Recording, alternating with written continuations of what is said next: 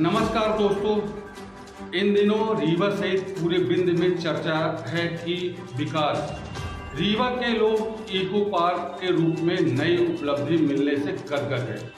वहीं सतना, सीधी और सिंगरौली वाले इको पार्क की चर्चा अपने यहाँ के नेताओं को लेकर पूछ रहे हैं।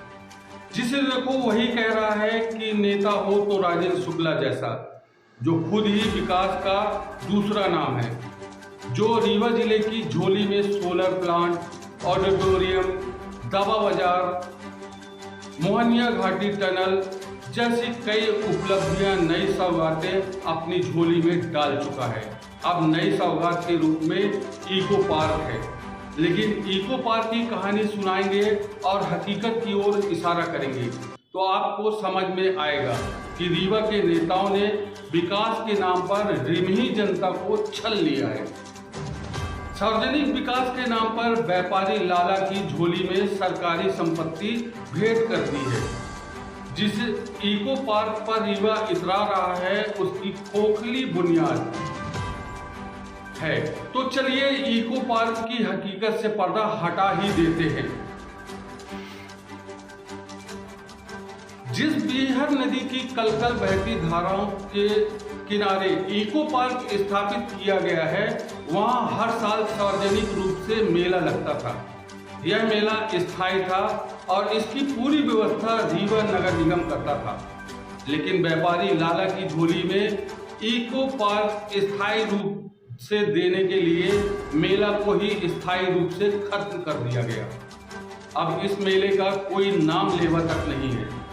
स्थिति यह है कि जो कांग्रेसी इसी मेले के नाम पर इको पार्क का विरोध करते थे, कुछ समय के लिए प्रदेश में कांग्रेस की सरकार बनी और उनकी भी सेटिंग हो गई। लिहाजा जनता के मुद्दे बेमानी हो गए। अब दूसरी बेमानी सुनिए। अगर आप किसी शहर में रहते हैं और एक छोटा निर्माण कार्य करना हो तो नगर निगम या नगर पंचायत से अनुमति लेनी होती है। अगर आपने बिना अनुमति के निर्माण कराया तो सरकारी अधिकारी दूसरे ही दिन आ धमकेंगे और सब मटिया मेट हो जाएगा।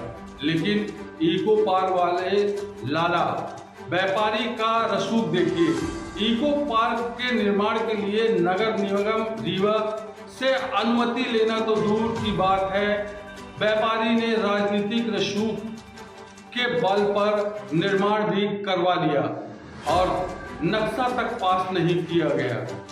उसके बाद भी नगर निगम का अतिक्रमण दस्ता हो या नगर निगम आयुक्त आंख तक नहीं खुली, आंख तक दिखा नहीं सकते, बल्कि उद्घाटन के समय नेताओं के बगल में खड़े होकर ताली जरूर बजाते हुए दिखे हुए। हकीकत भी है, इन दिनों लोगों को ताली बजाने में बहुत मजा आता है। बस ताली बजाने वाली बिरादरी अच्छी होनी चाहिए। खैर, लोगों का क्या कहना। अब तो लोग भगवान को भी नहीं छोड़ते। चलिए भगवान से जुड़ी तीसरी मनमानी भी बताते हैं। इसी इको पार्क परिसर में भगवान शंकर का दशकों पुराना मंदिर है, जहां पूजा पाठ होता रहता था। लेकिन अब ये मंदिर इको पार्क के अंदर हो चुका है। अब किसी भक्त को पूजा करना हो तो पार्क के सिक्योरिटी गार्ड से अनुमति लेनी ही पड़ेगी और उसके बाद अंदर जा सकेगा। बिना अनुमति अपने भगवान की पूजा नहीं कर सकता। भैया, अनुमति तो का टिकट तो काशी व उज्जैन में भी कटाना पड़ता है। तो फिर रीवा किस खेत की मूली है। नेता और व्यापारी की साठगांठ हो तो किसी की मजाल की अनुमति न लेगा। बगल में ही सिविल लाइन थाना है, दरोगा जी को इशारा होगा और पूरी अनुमति हो जाएगी। चलिए चौथी गड़बड़ी का भी हम पिटारा खोल ही देते हैं। एनजीटी की गाइडलाइन दे रखा है एनजीटी ने कि किसी भी नदी के कैचमेंट एरिया में पक्का निर्माण नहीं होना चाहिए। अब एनजीटी ने आदेश दिया तो दे दिया। रीवा के अधिकारी कहते हैं कि कैचमेंट एरिया पूरी तरह से परिभाषित नहीं है, लिहाजा कैचमेंट एरिया में बनाए गए इको पार्क गलत कैसे हो सकता है। आखिर हमारे विकास पुरुष गलत कैसे हो सकते हैं? वो भी मलाई और वह रबड़ी खिलाने वाला लाला व्यापारी ही तो है। कैसे गलत हो सकता है?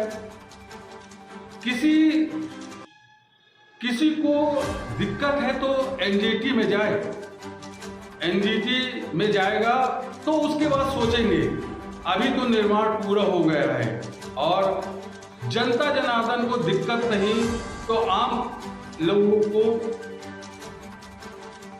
जब जनता जनार्दन को दिक्कत नहीं तो हमें अपनी रबड़ी से कैसे दिक्कत हो सकती है? यही कारण है कि एनजीटी के नियमों को दरकिनार करते हुए इको पार्क का निर्माण कराया गया है। आखिर जनता के मनोरंजन और विकास की बात है तो नेताजी ने उसका भी पूरा इंतजाम किया है। नदी के बीच में टापू है, जिससे झूला पुल से जोड़ा गया है। जनता बाकायदा झूला पुल के माध्यम से टापू तक पहुंचेगी और टापू के चारों ओर बह रही बीहर नदी की कलकल धाराओं का लुत्फ उठाएगी। लेकिन यहाँ भी खेला है भाई। चलिए पांचवी मनमानी बता देते हैं आपको। जो पुल बनाया गया है उसमें खेला है नेता और व्यापारी लाला ने सोचा और ठेकेदार ने पुल तान दिया। वही पुल तो दोबारा ताना गया है जो साल 2016 की बाढ़ में बह गया था। तब भी ठेकेदार पर कुछ नहीं हुआ था और अब भी कुछ नहीं होने वाला, क्योंकि किसी विभाग से अनुमति नहीं ली, न सेतु निगम से स्वीकृति दी और न ही पीडब्ल्यूडी और एनएचआई के द्वारा कोई किसी भी प्रकार की स्वीकृति दी गई है। अधिकारियों ने गुणवत्ता की जांच भी नहीं की। अब पुल किसने बना दिया? जब शिकायत होगी तो देखेंगे। और ये गुजरात थोड़ी है साहब, जो जनता के बोझ से पुल टूट जाए। रीवा की जनता भी मजबूत है और यहाँ के नेता भी मजबूत हैं।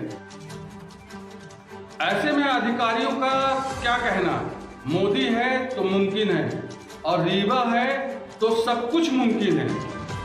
यही कारण है कि विगत वर्षों में रीवा में ही ऐसी प्रथा चली थी कि रीवा का कोई भी शख्स हो, बिंद का कोई भी शख्स हो, उसे नौकरी चाहिए होती थी तो सारी व्यवस्थाएं को दरकिनार कर दिए जाते थे और उस दरकिनार करके इन बिंद वासियों को, रीवा वासियों को नौकरी दे दी जाती थी।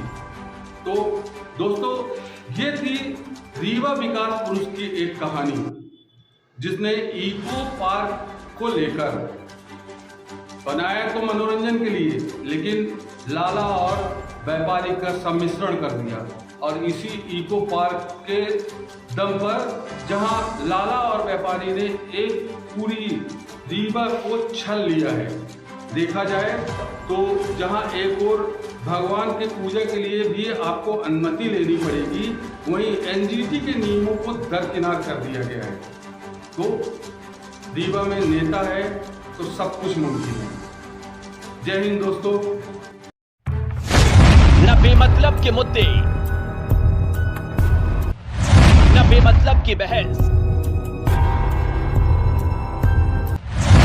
खबर सिटी से लेकर गांव तक की, संसद से लेकर सड़क तक की, मध्य प्रदेश तक है। मध्य प्रदेश के करोड़ों लोगों की भरोसेमंद आवाज, मध्य प्रदेश तक न्यूज। खबर तो दिखेगी, अंजाम चाहे जो हो।